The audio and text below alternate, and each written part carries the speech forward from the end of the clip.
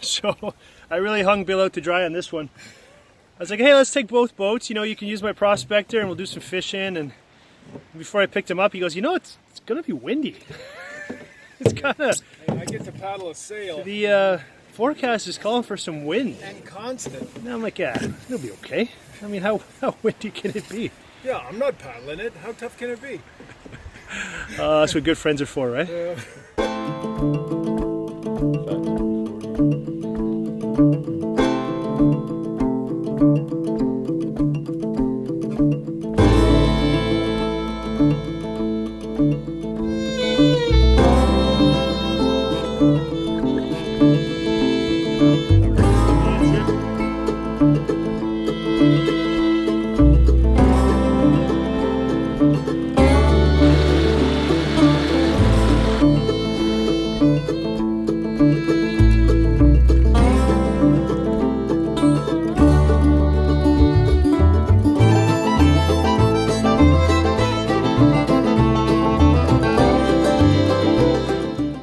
Hi guys, thanks for watching. Scott from Adrenaline Adventures. Just checking in. I'm driving to pick up my buddy Bill, and we're going to go for a short fishing trip up north. So pretty excited. I got both canoes loaded up on top of my truck, and we're taking the pack boat and the prospector on this trip. And simply because we don't have too much portaging to do, and we want to do some fishing, so we can each have our own boat to cruise around and do some fishing that way. And safety-wise, it's always great to have a second vessel if something happens in the cold water. And I gotta tell you, it's pretty cool driving here, watching all these people heading off to work, knowing that I'm not, and I'm going fishing. So.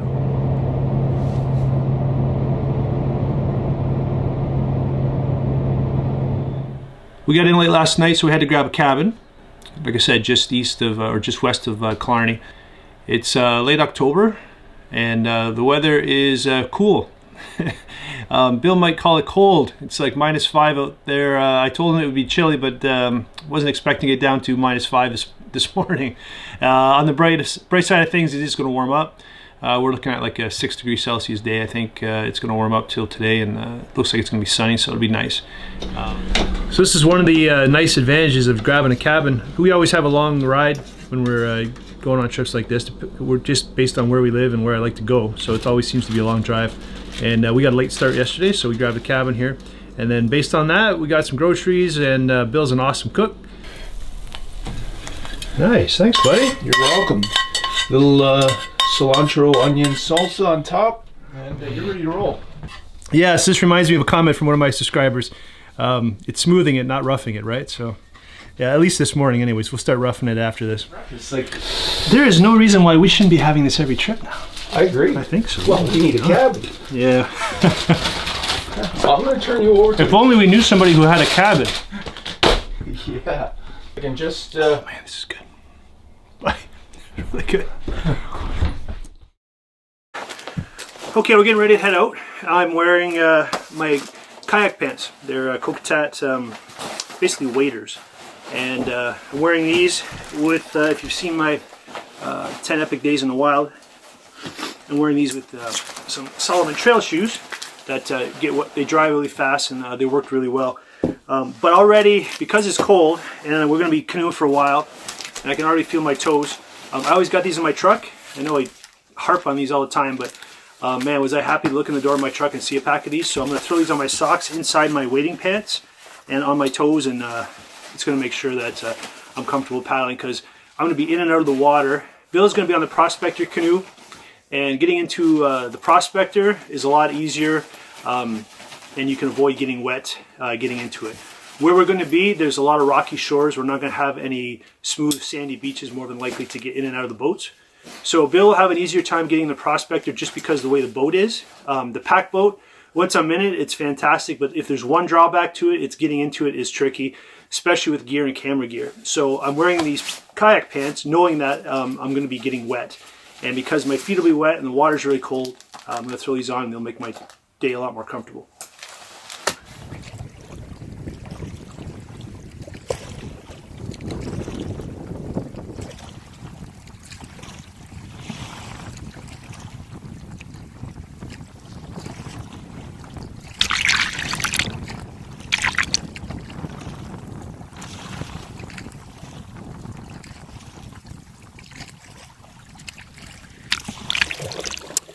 Every time I get in my pack boat, I feel like I'm climbing into my X-Wing fighter.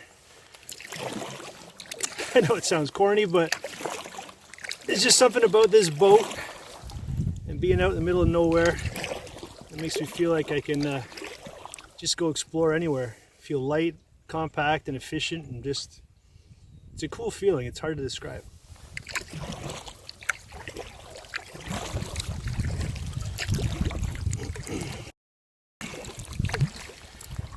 This is probably one of my absolute favorite things to do. Get out here canoeing with friends in the fall. Sometimes I forget that I have people watch this all over the world, and you don't know what Ontario is like in Canada. But it's beautiful. I'm so lucky to be able to just pick a spot, hop in a boat, paddle, and just have the place completely to yourself, absolute wilderness, and like kind of just throw a dart and yeah, we're gonna go explore this area. So I just love it.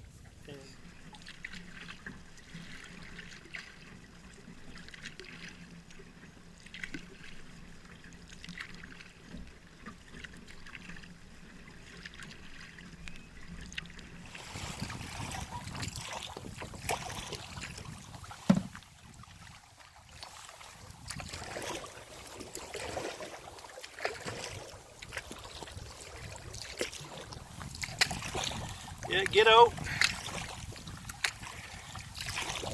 Enjoy the wilderness whenever you can. Doesn't have to be extreme like this, but just something about it. Just all the stress, if you have any. I don't get stressed out too much about anything, to be honest with you. You can ask my wife. She gets stressed out for both of us. But no, if you do, you are stressed, you're looking for an answer, I tell you, just get up, throw some camp gear on, and get out camping.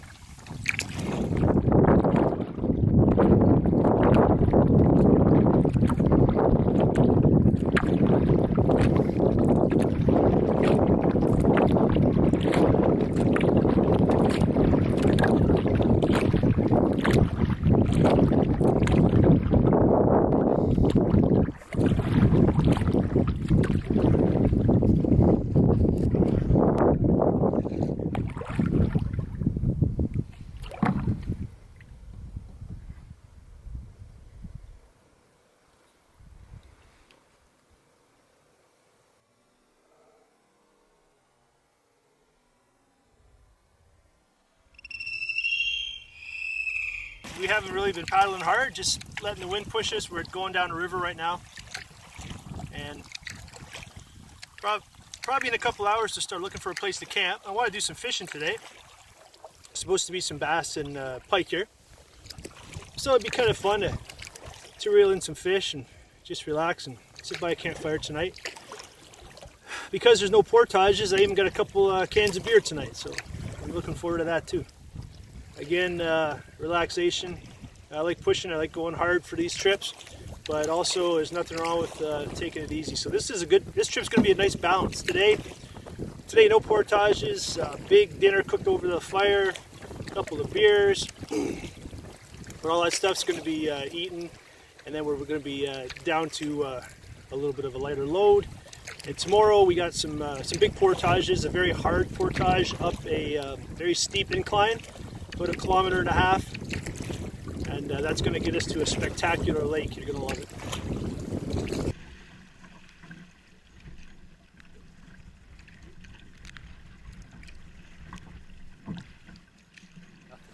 This is what the painful part of all this.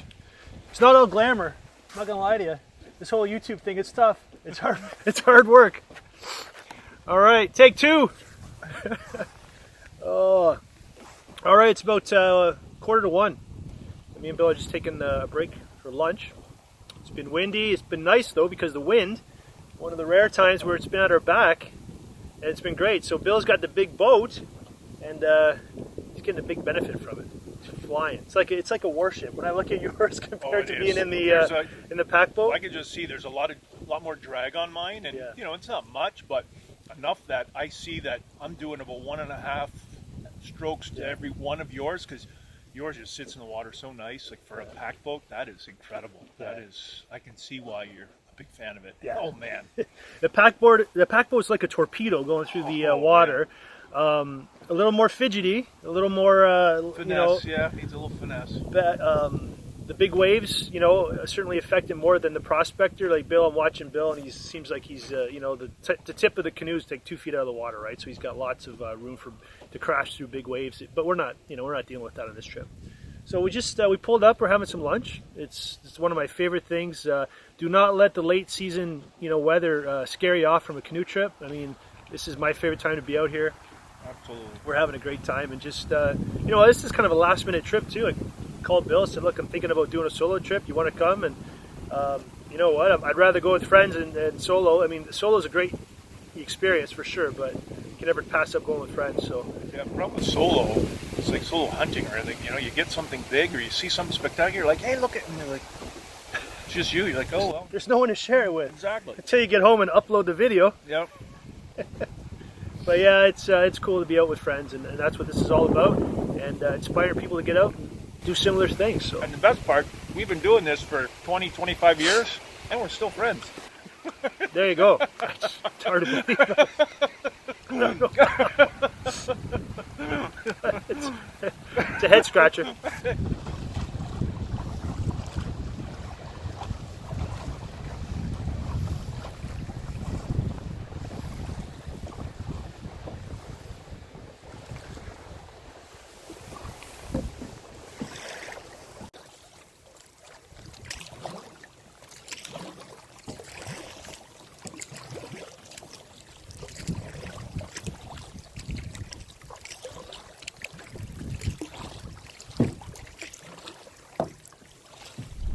Hey guys, we're at our campsite. The wind has really affected our trip. The weather's really nice. I mean, it's not very cold. The sun is out, but the wind is playing a factor with what we're going to do here. So it's about 3 o'clock. We found a campsite. There's not a lot of options. It's pretty exposed here. It's a nice campsite if it wasn't windy, but there's a little shelter on the other side of the peninsula here. So Bill's over there making a fire and trying to work on a fire pit. I'm trying to look for a spot for our tent. This is, unfortunately, we're going to have to improvise here because the wind is really howling, and we're just in a small little cove. But as you can see, the wind's coming pretty good, and there's no real place to put a tent. We have a 4-person tent, so we're going to have to figure out what we're going to do for that. It was a great day paddling, but luckily, I mean, it's hard to complain when the wind is at your back, but it was still tricky to get around. And unfortunately, you know, it took away from it a little bit, but it still beats a day at work. There he is. Hey, got your axe with you, or so sauce we can take that down? Yeah, I do. Actually, time to start chopping some wood.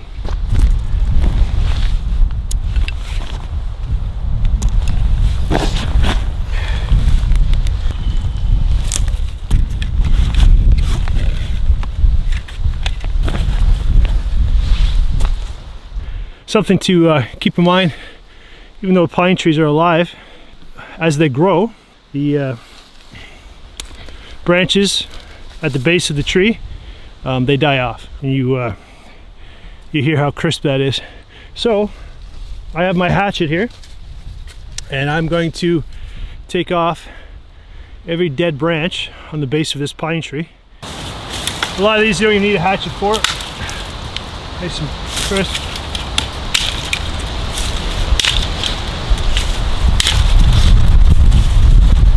Don't hurt yourself. Oh, sometimes one chop with the hatchet helps out.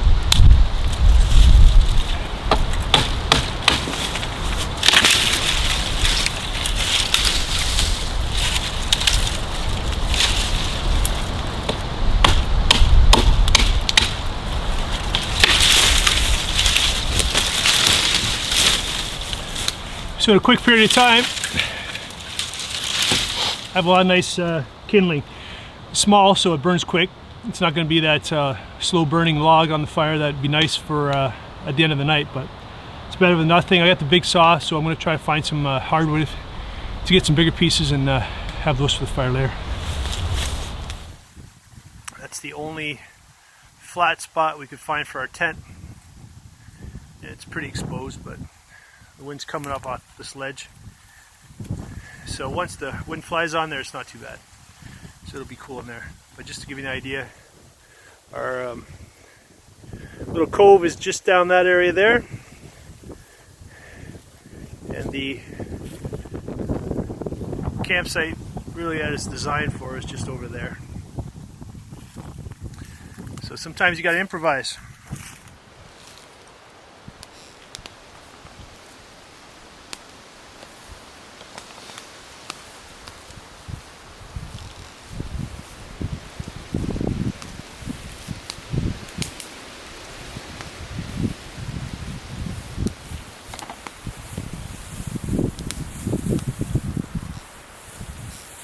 Nice steak.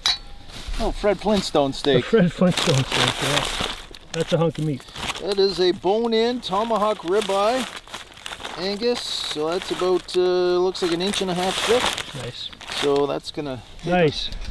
take a little bit of time.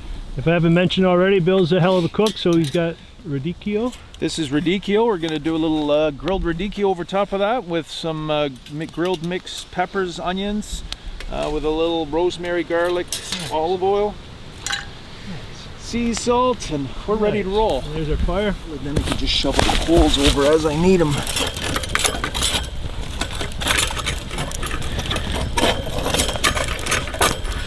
don't like that. Move that around a little bit, eh? Actually, that works. Yeah. That works.